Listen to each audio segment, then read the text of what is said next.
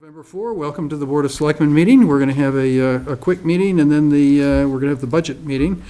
Announcement, the Board of Selectmen needs to meet in an executive session, closed session, at the close of business for the purpose of discussing state hospital negotiations. And we want to start by reminding everybody that the meeting is being recorded, and also we want to take a moment to appreciate the servicemen and women serving around the world. Thank you. We want to extend sympathy to Kathy Mills and her family on the passing of her mother, Nancy Bravo, a longtime resident of Medfield. Just a great person. She, Mark, you probably remember as well, she was at the cafeteria worker in the high school for years and years and years, and she just really loved the town. She was interested in its history. She followed the events in town, and she really be greatly missed. So. 7:30, we're having the budget hearing with the warrant committee, and all the town department heads are coming in. So we'll try to get through our portion so that we're timely. Let's see, the first action item is the selectmen are invited to participate in Memo's Christmas tree lighting festivities on December 5. That's going to be at 6:30, and to take part in the Christmas parade on Saturday, December 6th. Additionally, request a parade permit for the occasion. So moved. I'll second that. Any further discussion? All in favor? Aye. Yep. Licenses and permits. Bill Pope, Director of the Zulu Gallery, requests a one-day wine and malt beverage permit for an event on Saturday, November 15, from 6 to 11:30 p.m. Jazz band Tickle Juice will be performing. So moved, Mr. I'll Chairman. second that. All in favor? Aye. Yep. Nice name. Church of the Advent requests permission to post signs promoting the annual Advent Holiday Bazaar, which is on Saturday, November 22. Signs in place November to event date. So moved. I'll second that. All in favor? Aye. Yep. Medfield Youth Soccer requests permission to post signs promoting spring soccer season registration. Signs in place November 24 to December 15. Additional time frame to January 7. And also so moved, Mr. Chairman. I'll second that. All in favor? Aye. Yep. Medfield Music Association requests permission to post signs promoting the annual Spaghetti with Santa, now in its 41st year, holy smokes, to be held December 10 at the high school cafeteria. So moved. I'll second that. Any further discussion? All in favor? Aye. Aye. Yep. And then informational. I see CXX repairs, Main Street gates, Mike? What else? Yes, the railroad has made some repairs down there, which at least seems to be working for the Yeah. current. It's what I call a Rube Goldberg repair. They actually, looks like they cut pieces of extension cord and made a loop around the existing loop down there, but the chief said since they've done it, the gates have Been working worked okay. properly. Richard and I met briefly with Representative Kennedy this morning, and he said he would have his staff member contact us again. We had hoped that they might do something with the rubberized crossing that seems to be disintegrating, and there's a couple of other areas where we'd like them to address, so we're hoping that they will come back and take a little bit more thorough look at it, but it does, at least so far, Yeah. the chief is happy with the results of it, so. Oh, good. The other issue, though, is that the chief is not so happy with is that crossing part, there are some holes. So when you go over that, you really can feel yourself go over the crossing. And anybody, and I was down there with the chief this morning, and there was two ladies with baby strollers, and they literally could not get across. They had to kind of lift it up. So that intersection, I think it's twofold. One is the gate, but it's also that crossing. Yeah. And the issue becomes, who has control of that between the tracks? Is that something the town of Medfield can do, or is that something we have to get permission from CSX, or they have to do that? Who has control over that? I believe the last time that when they put the rubberized crossing in, they did that. Technically, I suppose, under the existing state law, they could argue that it was our responsibility, but I don't think they would want us touching that because it is an active line there. And I think any repair work on it, they would probably want to do with their own crews. But Be worried maybe, about liability issues, right, yeah, I think. maybe when we get Congressman Kennedy, we can maybe see if they can do everything so it's all done and correct, and then we don't have to worry about it. Yep. Yeah. It is badly in need of repair. Mm. I know we've had a couple of incidents down there. We had a woman that was injured riding her bike Bike, across there, and I know what you mean. When I used to go to lunch with Freddie Rogers, he used to have to turn his wheelchair yeah, I know around how and he got across go it, yeah. backwards. Go across backwards it, over it, yeah. Yeah. Because the small wheels would have gone in the tracks. Oh, and yeah. he had to do it backwards. So. Is there anything else on the information you wanted to cover for people? I think that's about it on that one. The Dedham Westwood item, I think you should be aware. I've sent copies of that to both chiefs That's good, and to Ken Feeney so they'd be aware of it. But yeah. it looks like they're finally starting to complete the work on 109 at 128, and they're going to be changing over the ramps the next couple of weeks. So I think that anyone that uses that ought to be aware that there will be a lot of activity down there. I think they're hoping to have it done, is it November 15th? They're hoping to have it done. That's been, what, about 8 years in the I works? think so, yeah. And they're still not done. They still have to No, they have to take the temporary bridges down, I think, Yeah. that they put up there, so. well, I go that way, I come home that way every night, so I'll give you a blow-by-blow description as we go along. But it's been Yes. forever. It It's is, literally yeah. been forever doing Yeah. those bridges. It's like unbelievable. You think like they had never built a bridge before over a highway. But we do appreciate Westwood letting us know. That was good of That was them to just kind of good, notify yeah. us that there Yeah. were going to be disruptions down there, so Yeah. if anybody can find an alternate route that isn't too inconvenient, they might Yeah, want to probably consider be a it good for the next idea, couple of yeah. weeks.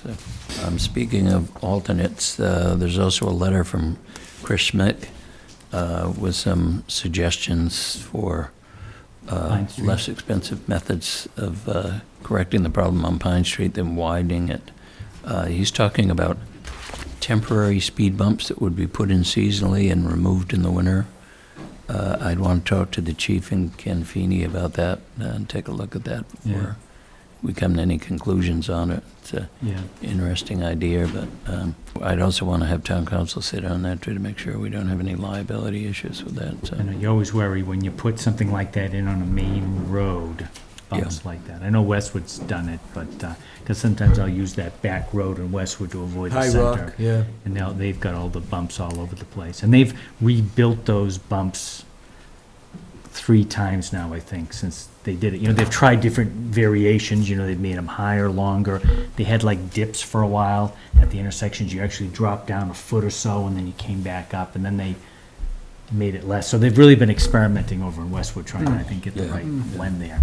Maybe it'd be good to talk to them too and see what Yeah, their see what they- experience has see been what with their it. thoughts It are. was interesting, the chief was saying that ever since that meeting, he's had the cruisers go down there. Yeah, And he said 99% of everyone stopped was a local Medfield resident that was in there. probably in And- Pine Street, yeah, Pine Street resident, yeah, sure. And, yeah. and he said a suggestion, which I thought was kind of interesting, if we somehow contacted the residents on Pine Street, and if everyone went 30 miles an hour, that would control the traffic, because then no one could, you can't pass anybody. No, you can't. So if everyone that was on Pine Street did 30 miles an hour, that would force everybody else to do 30 that. miles an hour, so. Yeah.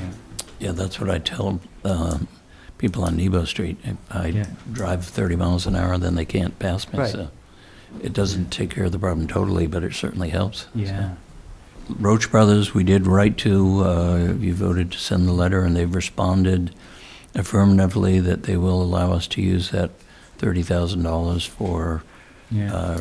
changing the guts of the traffic signals. So. That'll be Do we have a good. time schedule of when that's going to actually take place? The chief had a tentative time schedule. He was going to try to do it this fall, try to get it done this year, so depending on the weather. So In November, or? I think so, yeah. That'd be good, that'd be great. There's also a letter in there for, and a copy of the invoice that we're putting Yeah. through on the warrant this year for Beaver. Beaver, So, yeah. Yeah. just wanted you to be aware that it is an expense. It's Yeah. $1,400 for the current invoice. $1,400 for what period of time? I'm not sure what period of time it covers. I think it covers about 60 days because he just got the Beaver permit, so. Yeah. Okay. I think he got about 5 or so. I was trying to add them up. He was itemizing them. I think he grabbed about 5 Yeah, beavers. yeah. Something like that. Well, I actually have it right here. He, let's see, he set 6 beaver traps, set 5 more, so we're up to 11.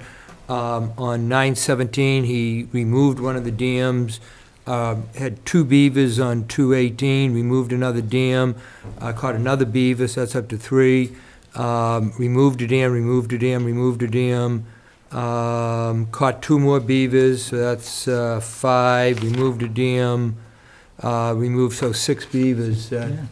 and Bunch of dams. destroyed a bunch of dams. And is this all in the Stop River Causeway area, do you know? Yes, he did some work Is that what you said? privately up in the Sawmill Brook area up off School Street, so. Yeah. So you said we're spending about $4,000 or $5,000 a year just I on... think so, yeah. He told me that he has contracts with several towns in the area for, and Yeah. that's about what they pay, $4,000 to $5,000 a year, so I think Yeah. probably that's something we might want to consider putting a special article in Yeah, I for. think we do, 'cause it's Right not now, going we're away. paying for it out of the selectmen's budget for Yeah.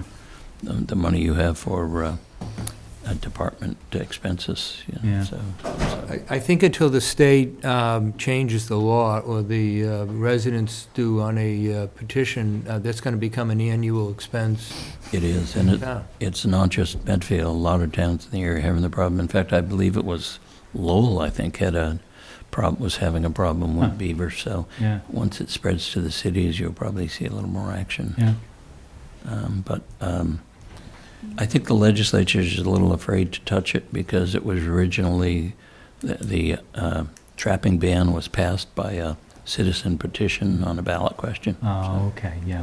And the water and sewer bills went out. I Yeah. think they probably should be in mailboxes today. Okay. Reflecting the drought, semi-drought we had this summer, the commitment was the highest we've had. It was, I believe, about $2.1, $2.2 million. And it's the first time we've gone over $2 million for a commitment, so. The good news is that will help with the bond payments for the water tower. The bad news is the bills will be higher, so. Yeah. And the Schedule A has been submitted by Joy Rashudo. I don't know if she's here yet. There she is down the back. Hi, George.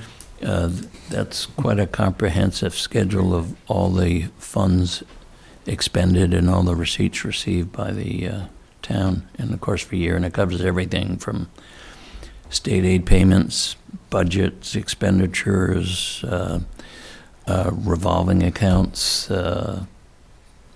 withholding tax payments. Yeah. I don't know, Joy, do you want to have any comment on it, or? And grants. It does involve quite a lot of work. Okay, good. They spend about 3 months putting that together, I think, don't you? Almost. Yes. That's one of the major reports. The other one, well, one of several major reports, but the other big one is the school report that she works with the school department on putting together a report that's used as the basis for determining the school assistance for the following Okay. year. And that has to be in by what, the end, is the end of August that has to be in? September 30. September 30, okay, yeah. So, this year, in addition, we'll have the OPEB, the other post-employment benefits update as of January 1st, Joy? Is Oh, yes. the OPEB, yeah. Another study has to be done dated January 1st. Yes. Okay, good. And then this month also, the auditors will begin their audit for fiscal 14, so. Yeah, sure. So it's, she's been pretty busy down there. So is the Schedule A something that we can get up onto the website so that people in town can see this sort of comprehensive summary? There's probably of, some summaries of it. I think the whole thing would confuse people more than help them. You know, if you want to take a look at it and see if there's any parts of it, it's a pretty thick report, and unless you're an accountant, I think you'd probably put you right to sleep. So, The Bureau, the state uses it to form census and surveys. They'll take a look at our reserves and they compare it against other towns. So you'll find that those types of information on the state website. They use it for data. yeah, they do have a comparative data section in the State Department of Revenue that where they do use a lot of that information, so it is. Well, it'd be nice if Medfield, for its residents, could put some part of it up online, because I think that people are interested in knowing Yeah. exactly what the details of the town budget As I are. said, you Not- might- Not many, but you some might- people are going to be. You might want to take a look at it and see if, as non-accountants, what you would think people might want to see. Confusing to look at. Yes, yeah. I mean, if you tried to read that through without knowing the town finances, you'd be completely lost. Yeah, but I think there are probably parts of it, that what our total expenditures are, what our total revenues are, that sort of thing that might be useful. Yeah. All right. So if you want to take a look at it and then talk to Joy about what you might think would be useful to put up, I'm sure we could arrange to do that. So. Okay. So we've got 10 minutes before our budget meeting. Shall we, Selectmen reports? do you want to do selectmen's reports? Sure. Richard, you want to go first? Sure. Just real quick, are we set on that Harding Farm Street? No, we're not, but I'll Okay. see what I can do. on my end. I met with N-Star officials again on that remaining double poles. They said they were delayed because of some bad weather and wind events that we've had this past month. But I'm happy that every single double pole is now out of Bridge Street, so that's one good thing. They're working on Main Street now. I attended Kathy Leader's retirement gathering at the high school after something like 37 years. Just an incredible individual and hard worker, and the school system will greatly miss her. I also attended the retirement for Beth Eby as president of the Food Cupboard, Pete, with you. After some 20 years, it's just impressive to hear all that food cupboard does. And we're up to over 50 families that are getting the benefit. And it's not just food, it's during the holidays, Christmas things are trees given. And it's incredible what Beth and the Medfield Food Cupboard does for the people of It's like a Medfield. human service agency for the It's town. unbelievable And to she's been listen. the president for 15 years, Yeah. so. I attended, along with Mark and Pete, the American Legion Boys and Girls State Dinner. The town of Medfield has sends the largest number of boys and girls than any other city and town in the entire state of Massachusetts. And it's impressive where they role-play local and state government. And just to listen to each of the students articulate what they did was just very impressive. Hugely Of impressive. the quality of students coming out of Medfield High School. And the eloquence of all Oh, of those just- kids yeah. Speaking to a room full of people at the Legion, it was very impressive. And Carl Schwartz said that when he took it over, I think 17 years ago, there was nobody going. And he's built it up to this thing where now the kids compete. They don't have enough money to send all the kids that want to go. So it's a great, great program. And that's sponsored by the American Legion and the Ladies Auxiliary that fundraises to pay for the students to go there. As Mike mentioned, I met with the chief this morning on the railroad crossing. I met with Mike and Congressman Kennedy up at the Blue Moon. Hopefully, we're going to get some action on that.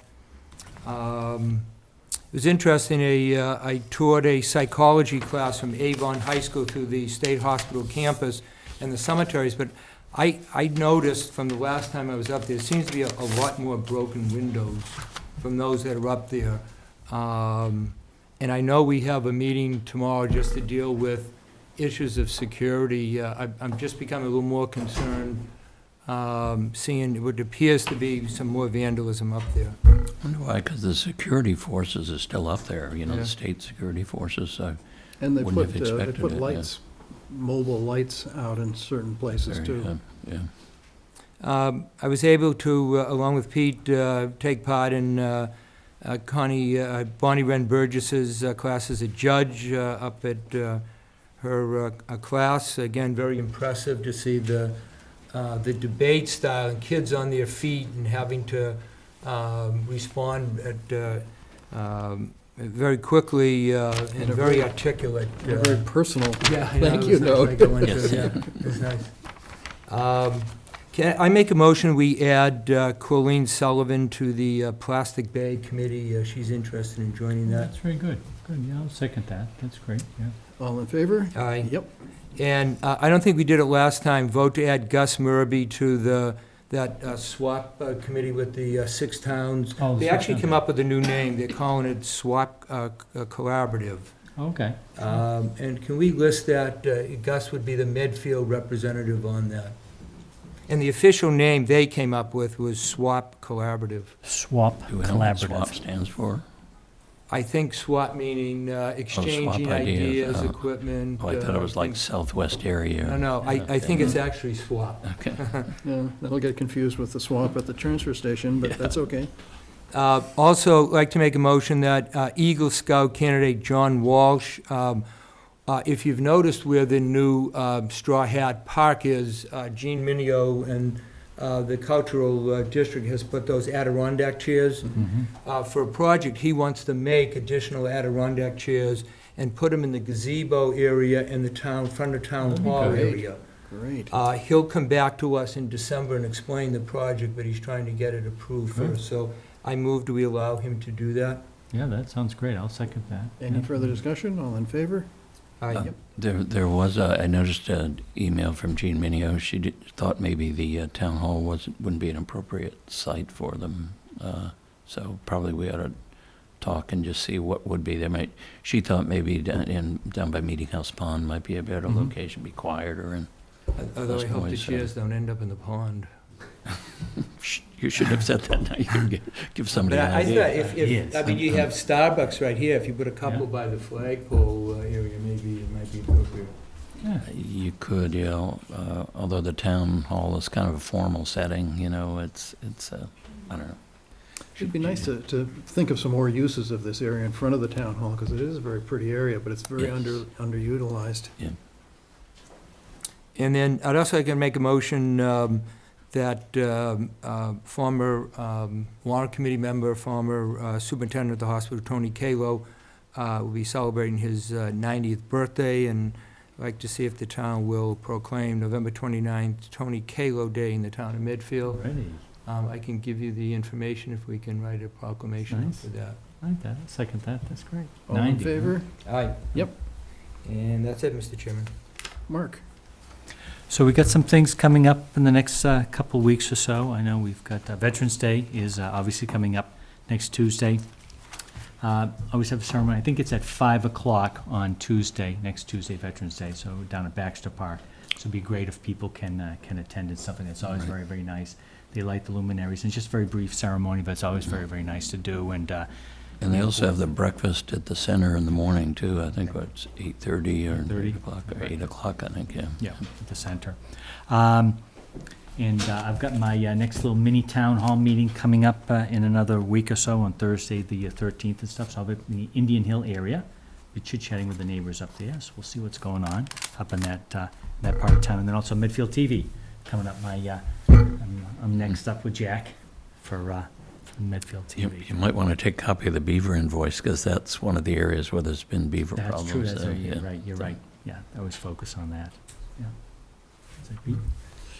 I just saw Jack Peterson You did a week or two ago. There you go, yeah. And they actually were handing out Medfield TV mugs starting, so you'll maybe get a mug now. The Medfield State Hospital Planning Committee kind of focused on security issues. That was the part that I was very interested in after hearing the people from Northampton and Foxborough talk about the security issues at their hospitals. And the chief is a meeting, you had alluded to it, I guess tomorrow they're having a meeting where they're gonna Yeah, start laying yeah. out I what know they're gonna do. Chris and the chief and I think Owen are up there today taking a look at it too to review a couple of suggestions that have been made. So Just briefly, the Medfield Foundation met last night. The Angel Run is really nicely subscribed, so that's good, because the proceeds from that go to support Medfield families in need, mainly through the UCC Church and the youth outreach workers in town. Just missed the gristmill celebration because I got back late from the Mass Municipal Association's fall Selectmen's meeting. But it looked like it looked like it had been a great success down there.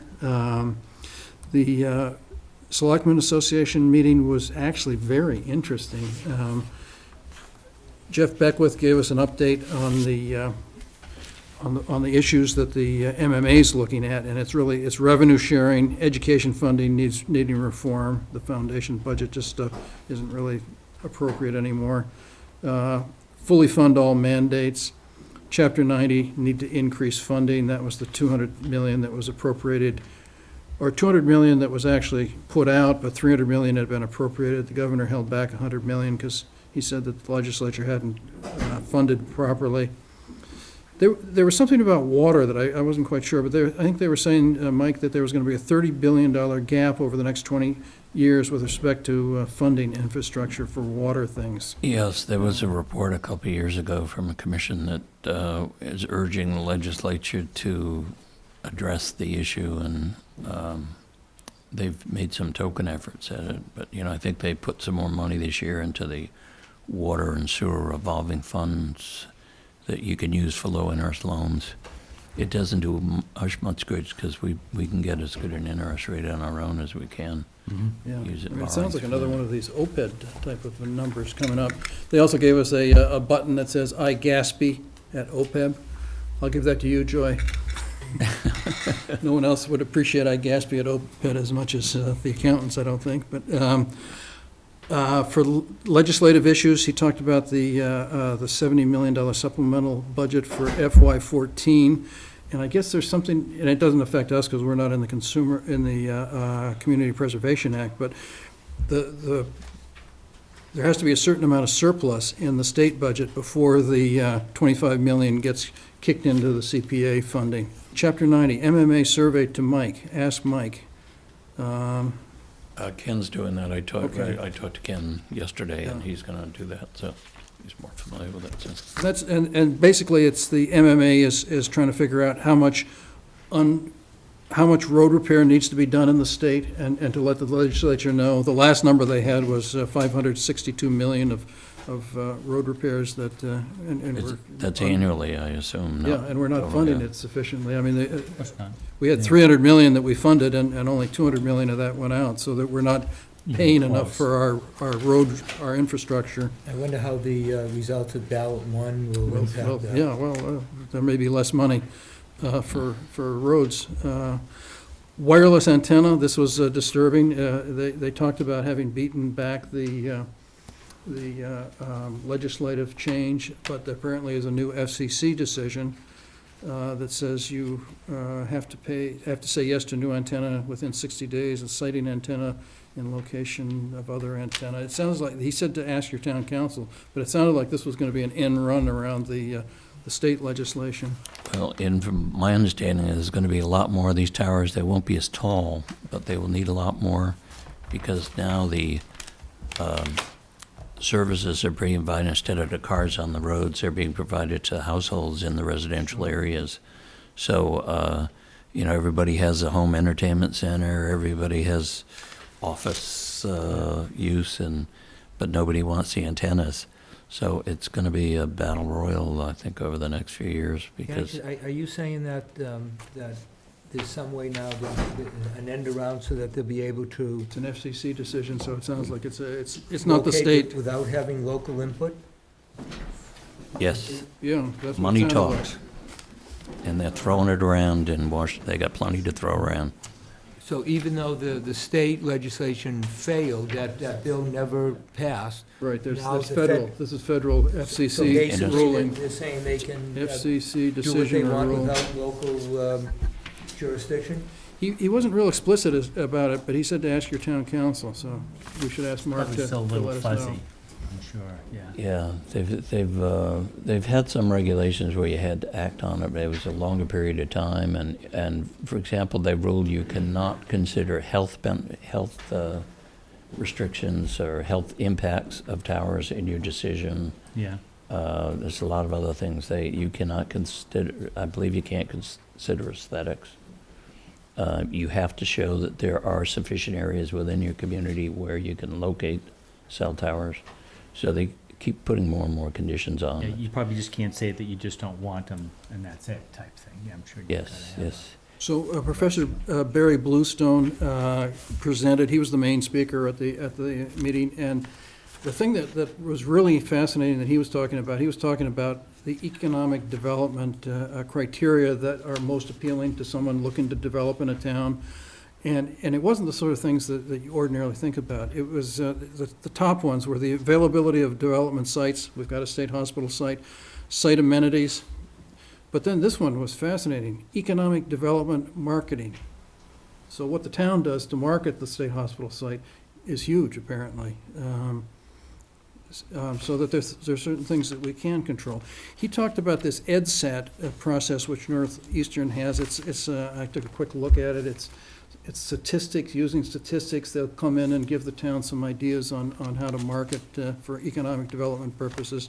I mean, this is for purposes of building up the business, basically, the tax base of the town, other than residential. So that was very interesting. Paramedics, there was a program on that. That's apparently going to be a whole new world of paramedic services because of the Affordable Care Act, I guess, has impact on the services they're going to be providing. So More mandates, more money, higher taxes. So are we turning the front of the room over to the warrant committee, or just over to you, Mike, at this point? I think the chair of the warrant committee usually speaks first, and Okay. then I give I've passed a handout. I don't know if everyone got them. They were down on the back table with Okay. what they call the doom and gloom scenario. Okay, Mike? The other thing we've done in the past is, with a lot of people from different boards and commissions here, I think it's helpful to go around the room and have everyone introduce themselves and what board they represent. So. Coyote Lewis, Interim Director, Parks and Recreation. Hi, Scott McDermott, Town Moderator. Joy Ricciuto, Town Accountant. Jeff Marsden, School Superintendent. Mike LaFrancesca, Director, Finance and Operations for the School Department. Bill Kingsbury, Fire Chief. Leslie Willits, Conservation. Ken Feeney, Superintendent of Public Works. John Naff, Building Commissioner. Sarah Raposa, Town Planner. Gus Marie, Warrant Committee Member. Tom Sweeney, Board of Assessors. Georgia Kalivas, Treasurer, Tax Collector.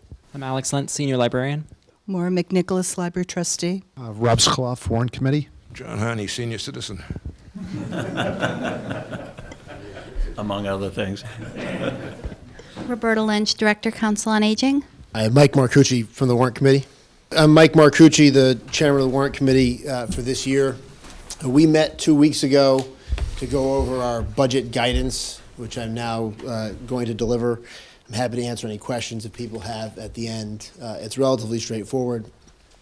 In light of the various capital expenditures that the town has approved over the past several years, and with the pending public safety building that's going to be discussed at the special town meeting in March, we do think it's important on the Warrant Committee to continue to show discipline in operating budgets, and we certainly appreciate the efforts of town departments in that regard over the past several years.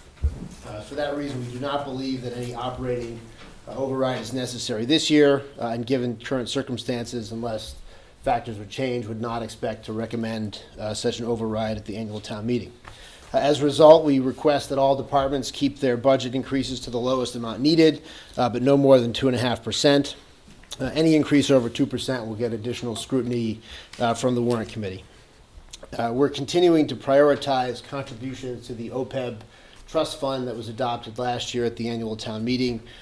We've been able to fund a fair amount of that from free cash and other non-recurring sources over the past few years, but think it's important to move that contribution primarily to being supported by the tax levy so that it is stable going forward. And while it is treated in the budget as kind of a separate line item, we have no objection to that accounting. It does reflect the current cost of employing town employees. And so, at least mentally, we certainly allocate a portion of that to each of the town departments as it reflects expenses the town incurs with respect to post-employment health benefits for town employees. We also want to keep the pledge and the promise that we made to the town meeting last year with respect to the revenue from the meals tax, which we do not see as the source of revenue for new expenditures or new ventures, but as a modest effort at reducing the amount of the town expenditures that are borne by the property taxes and the residents of Medfield. I remember Mr. DeSorger saying that it's time to get some people from Plainville to help pay for some of the things that are going on in Medfield. And so we would expect and hope to recommend a budget that at least expected to have unused tax levy roughly equivalent to the amount of the meals tax. For this year, that may not make as much of a difference because, as I think Michael discussed, there's a fair amount of unused tax levy from last year as well, so it may not be as significant this year, but that is an important priority for us, given the basis on which we recommended approval and which was approved, which was tax relief, not new spending. We also hope to see continued efforts by the departments to work together to share expenses where appropriate. We hope the new grant-supported energy manager position will be a positive step in this direction, and we welcome any proposals from town departments, and we'll do what we can to facilitate any kind of cooperation that is necessary. So that's the extent of the our substantive views. Procedurally, we have a few requests. In light of the special town meeting coming up in March, which will happen essentially concurrently with our regular budget season, we expect to be pressed for time in our meetings. Typically, we meet, as you know, once a week on Tuesdays. We're willing to meet more if we have to, but we'd like to keep to that. And given that, first, we would really appreciate the budgets as soon as possible. The sooner we get them, the sooner we can review them, and the individual warrant committee members assigned to department budgets can reach out and have any discussions that they need to have. We'll appreciate anything electronically that we can get so that we can circulate it well in advance of meetings. Joy did a great job for us last year in scanning everything, and anything else you can give us electronically. We are also asking all the department heads to coordinate with their warrant committee representative early on to determine whether it's necessary to come in and meet at all. If your requested budget is going to be in the uncontroversial category, which we would define as an increase of less than 1.5%, I think as a rule of thumb, you can expect it may not be necessary to come in and make a full presentation on the budget. Anyone who wants to come in because you have something in particular you'd like to share with us or some other thing to talk about, we're happy to make time for anyone who wants to come in and meet. But if the budget is going to be relatively straightforward, it's not necessarily the best use of your or our time to have you come in. You can talk to your warrant committee member, and we'll discuss the budget separately. Obviously, if we're going to recommend something different, something lower than requested, we'll invite you in and we'll talk about that before we do that. We expect to devote several of our meetings to the public safety building, and to the extent there are going to be other warrant articles that we're going to have to vote on that might be more controversial than some budgets, we'd like to spend our time on that. And so for any town departments or other boards and commissions that are here, again, the sooner you can get us information on any expected town articles, the more time we can devote to it. And the sooner you can get on the schedule, we'll try to figure that out. We're going to have our first meeting on the public safety building on December 9th, and expect to have a full slate of meetings beginning in January. But the sooner the better in terms of getting on the schedule and enabling us to devote the amount of time needed to each issue. So that's it. Can I just add one addendum, and you're absolutely correct on the issue of the meals tax, but the only other addendum to that, and I think it was actually the words that Gus Murby used, in order to justify a tax that was going against the restaurants here in town, one of the arguments was that if we can also use that money to improve the downtown area, that would encourage more people to come to the restaurants, and you can kind of justify why you're charging them more, because then in return, there's going to be more people coming in the downtown area. So that's the only side I'd like to add. I think we'd be happy to hear that argument in favor of any new spending in that regard. Any questions, any comments? Thank you very much, Mike. I don't know if everyone got a copy of this handout that was on the back table down there. If not, if there's any left, you might want to pass around. I do have an extra one here if anybody needs one. This is what's come to be known as the annual doom and gloom speech. So the assessors have not yet set the fiscal 15 tax rate. They are coming in to meet with the selectmen on the 18th for the classification hearing, which is generally the final step before officially setting the tax rate with the Department of Revenue. So we don't have a fiscal 15 tax rate. One other factor to keep in mind is that fiscal 16 is a full revaluation year.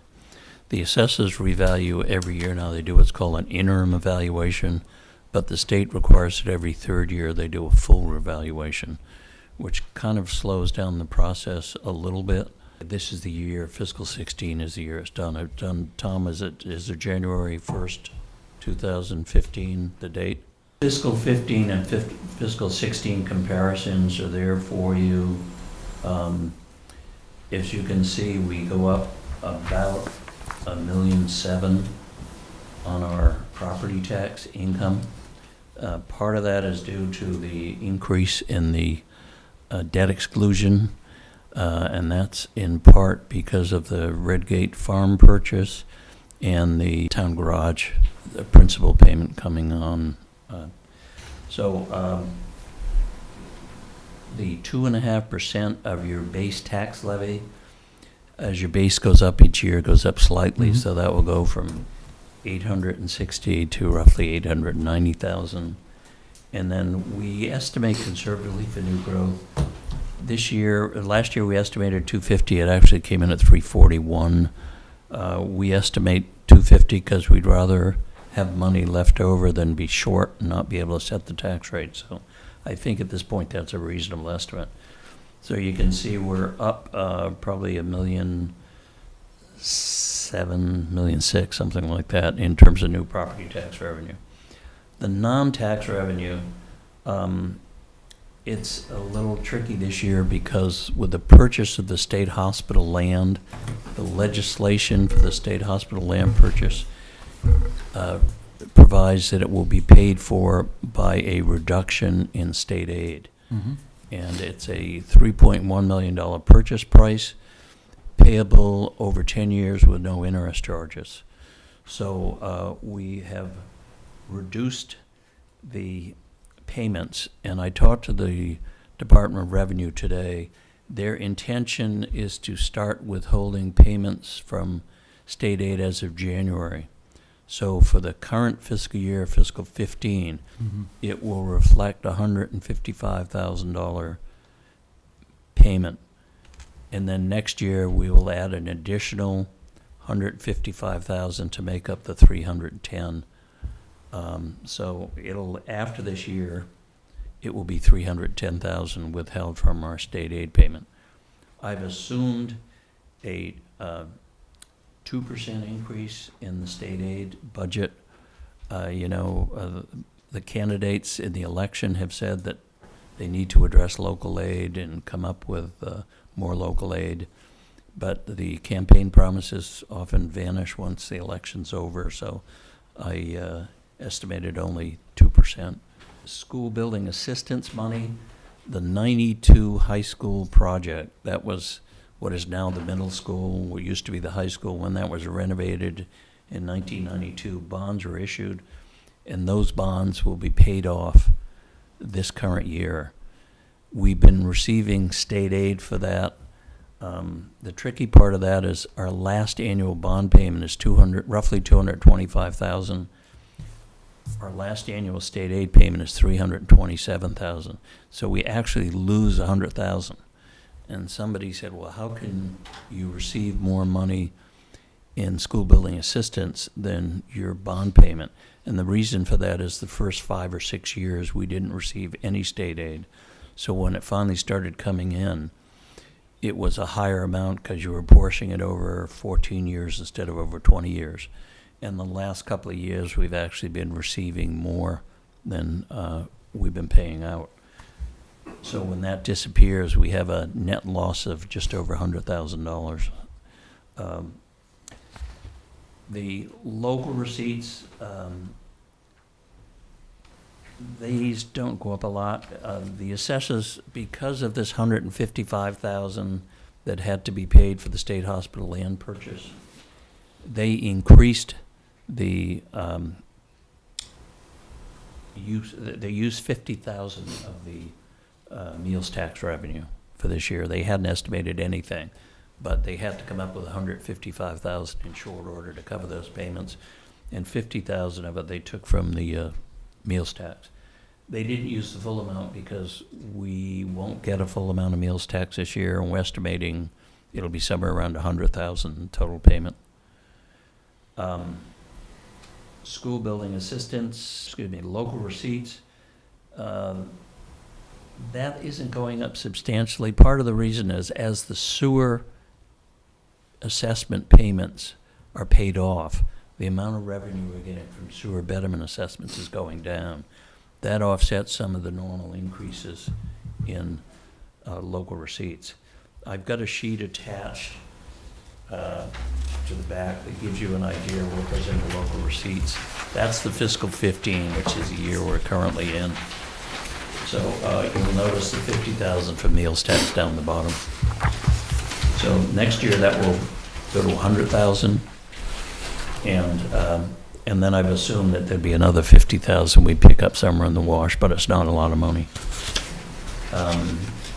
Revolving funds, those are all those articles at the beginning of town meeting where money is held aside for anything from the library revolving account to the community garden revolving account, the ambulance mileage fee, there were several of them. The Council on Aging has one, and they amount to about 225,000. It's a kind of a wash because the revenues are set aside and they can only be used for those purposes, so it washes out. Other free cash, you'll notice this year we used 817,000 in free cash in addition to the 500,000 that we use as a balancing act in setting the tax rate. So we were able to do that because as you see down the bottom, we had 2,671,000, or 2,761,000 free cash. So we used a lot of that this year. We want to reduce our reliance upon that, hopefully. Our free cash hasn't been certified yet, but it looks to be down somewhere about 300,000 from the 15 balance. So we have to be careful that we don't dip into that too much, or you end up not being able to raise the 500,000 we rely on normally. Other available funds, it's kind of hard to gauge because it depends, you pick them up from here and there. So I took the last 5-year average and averaged it together and came up with $1,860,813. That's something that comes into play when we get a better idea on what the budget requests are.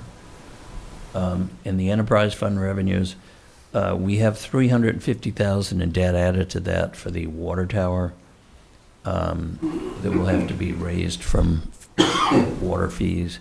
And I've added 5% because they've been putting some additional items in because of all the mandates coming down from the state and federal government for water and sewer. But it's just a guesstimate at this point. So we come up with an increase of not very much in tax revenue. It's just a couple of $100,000, less than that even, under 200,000. On the expenditure side, we had one interest payment on the Redgate Farm. It was the treasurer had to add after town meeting, so it isn't listed under appropriations because it wasn't appropriated.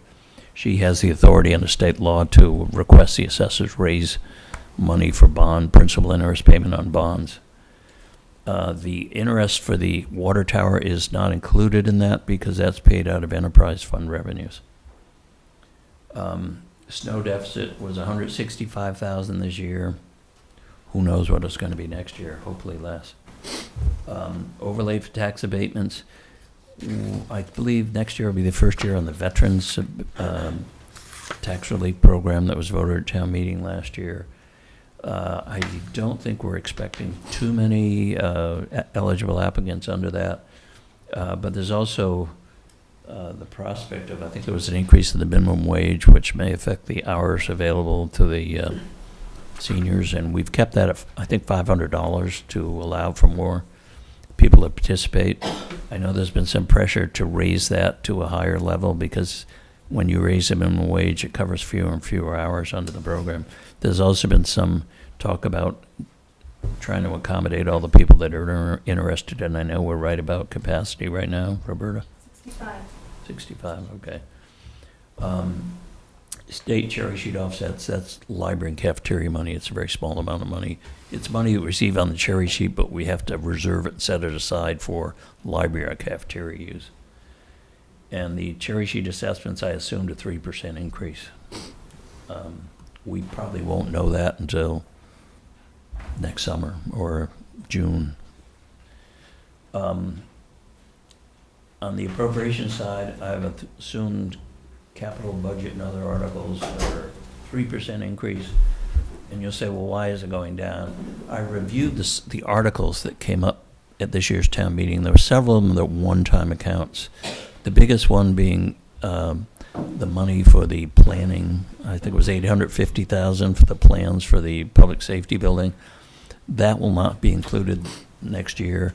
And there was a couple of other articles like that that I deducted out, and then I've added some that I thought might be coming up next year. And at this point, again, it's just a guesstimate. And for the employee benefits, I've included a 7% increase. And that's a dollar, should be a percentage sign instead of a dollar sign, sorry about that. But we already have, for the Medicare groups, we have the increases. One is 4%, one is 4.6%. It looks like we're going to have an increase, hopefully not as heavy as last year. It was 8.8% on the regular health insurance plan, but it looks like there will be some sort of an increase. We probably won't know that figure until about February or March.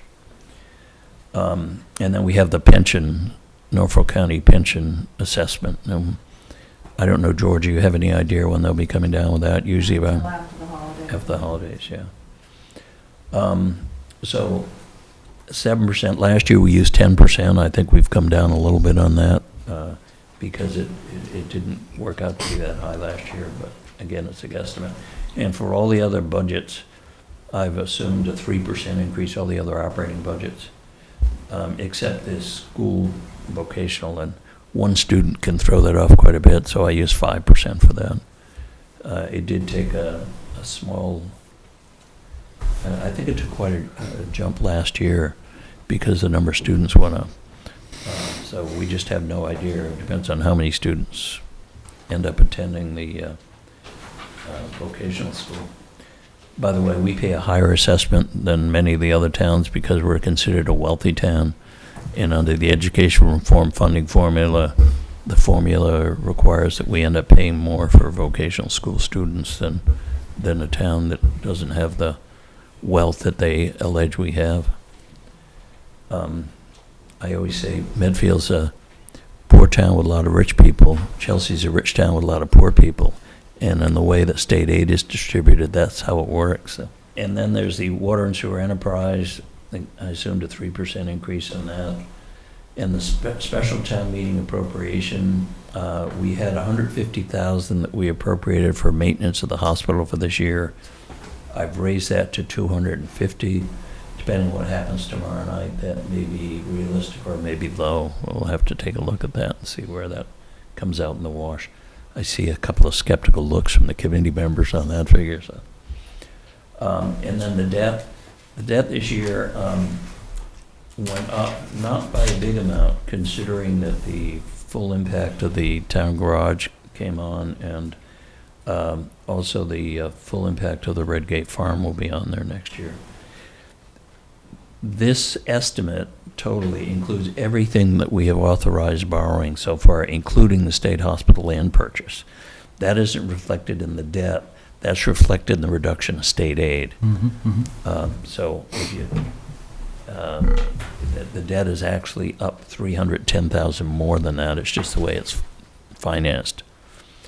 So you come out with $58,357,000. At this point, you know, normally we like to restrict free cash to $500,000. This projects $1,316,000. It's okay for this point in the game because we're still dealing with estimates. someone may want to say, well, the warrant committee chairman just said 2.5% maximum for operating budgets. Why are you projecting 3%?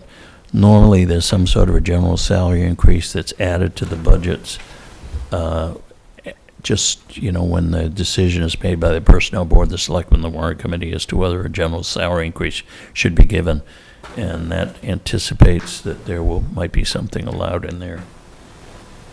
So that's it. The free cash has not yet been certified. As I said, it's probably down. The Joy's figures indicate it should be down about 300,000, I think. Joy, so that's where we are. A lot of these things will come into play during the year and they will change, but we have some work to do. I think the warrant committee chairman's remarks were appropriate, that we don't have a lot of money to spend this year, but we'll just have to see how things work out with state aid and our new growth and all those other things. So, any questions, feel free to ask. Thank you very much, Mike. Any questions for Mike? Any comments from people? Thank you. Do you want to make note of the 5-year plan you used to look at, just to explain? Oh, sure.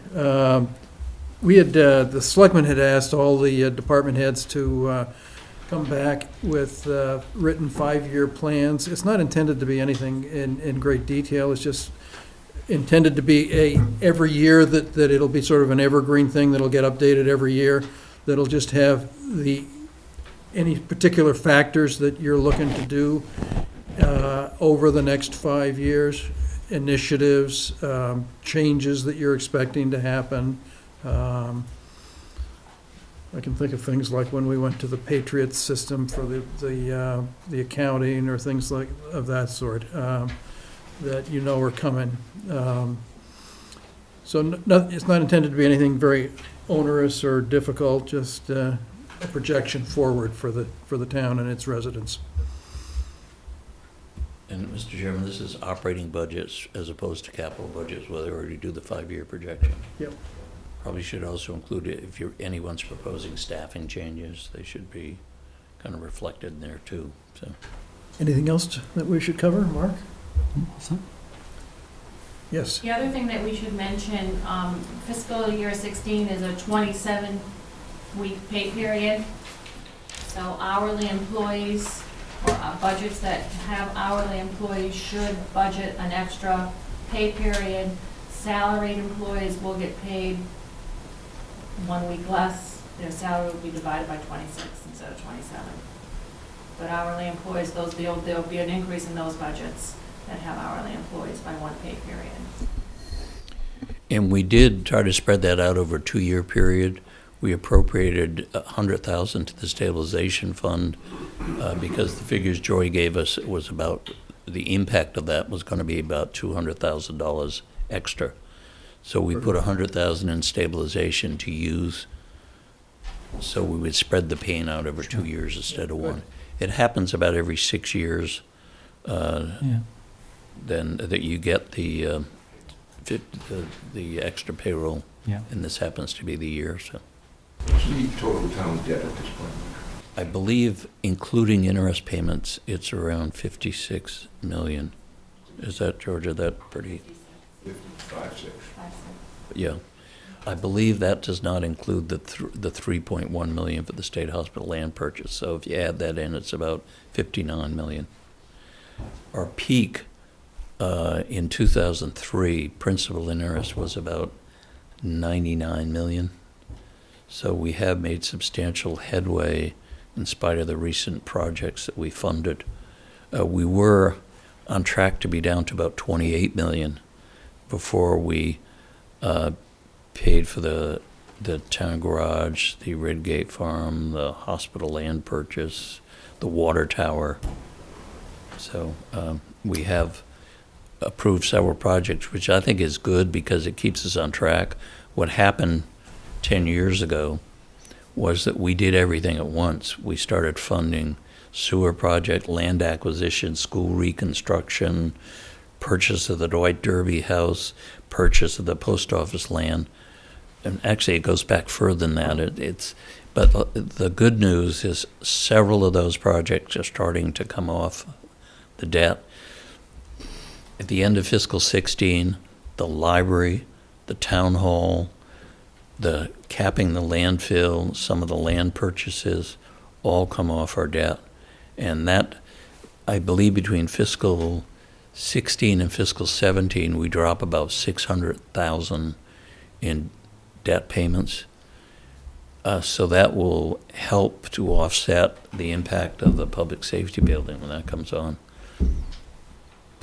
And depending on how that comes out, we're looking at probably somewhere about 1.8, 1.9 million for the debt service payments on that,